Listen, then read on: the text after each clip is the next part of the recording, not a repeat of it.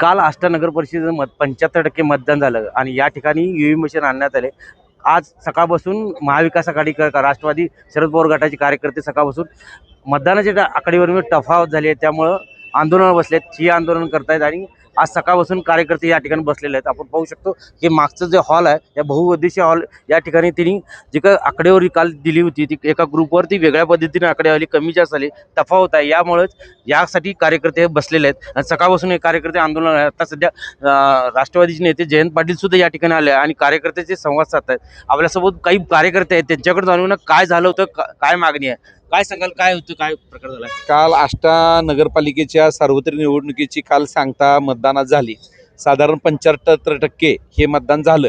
एकूणच सगळे उत्साहात वातावरण असताना काल या ठिकाणी या मागं जे हॉल आहे या हॉलमध्ये जी मतदान यंत्र होती ही तर सील करण्यात आली, पण सकाळपासून रात्री जी 75% जी आकडेवारी प्रसिद्ध करण्यात आली आणि प्रत्यक्ष जी बूथ वाईज जी प्रतिनिधींना माहिती आली त्या जी टॅली होतो तो टॅली आणि निवडणूक आयोगानं जे त्यांच्या वेबसाईटवर जी माहिती अपलोड केली त्यामध्ये एकूण वेबसाईटवर प्रत्यक्ष मतदानाची आकडेवारीपेक्षा जादा आकडे दिसत होते। त्यामुळे शहरात संभ्रमाचं वातावरण निर्माण झालं, तणावग्रस्त वातावरण झालं आणि सकाळधरनं इथं काहीतरी गडबड झालेली आहे।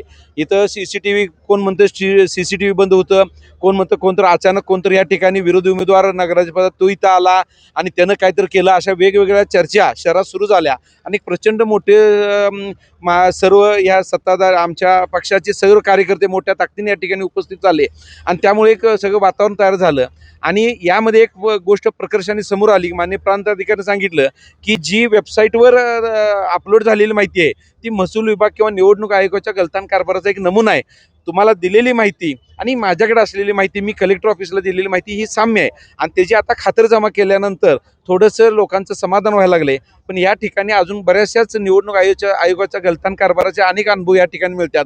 ज्या कोणी ह्या निवडणूक आयोगाची ही जी माहिती चुकीची प्रसिद्ध केली त्या संबंधित कर्मचाऱ्यांच्यावर कारवाई करावी आणि झालेल्या प्रकरणाला त्यांना दोषी धरून कडक कारवाई करावी अशी मागणी समाजातून होत नाही। सकाळपासून या परिसरामध्ये तरुणांचा मोठा हजारोंचा फौजफाटा होता।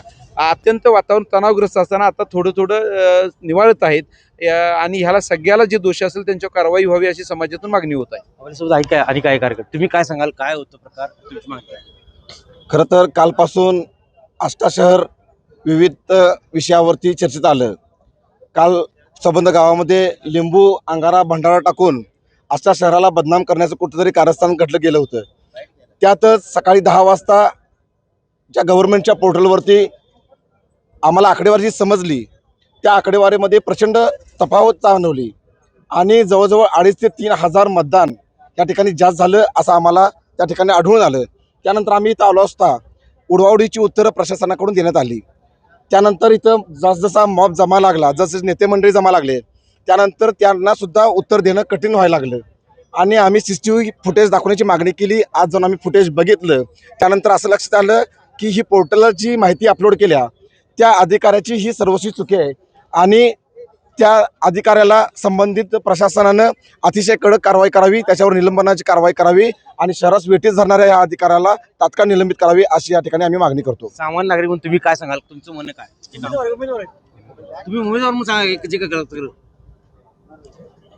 चुकीचं आहे, जे वागणं आहे ही चुकीचं आहे। प्रशासनचं चुकलंय का प्रशासन जे केलंय ती मला तर काही वाटत नाही, पण जे टायपिंग मध्ये झालं असेल ह्याच्यामध्ये झालं असेल काहीतरी मान्य करून ही तिने सांगावं। तिने नागरिकांचं इथल्या लोकांचं म्हणणं आहे की प्रशासनाने गलथान कारभार केला, प्रशासन अधिकाऱ्यावर कारवाई करा, तोपर्यंत आम्ही उठणार नाही। पण परंतु काही काळ काविला थोडा काळ तणाव निवळलेला आहे। व्हिडिओ जर्नलिस्ट सुजीचं आसिफ मुरसल, न्यूज 18 लोकमत, आष्टा।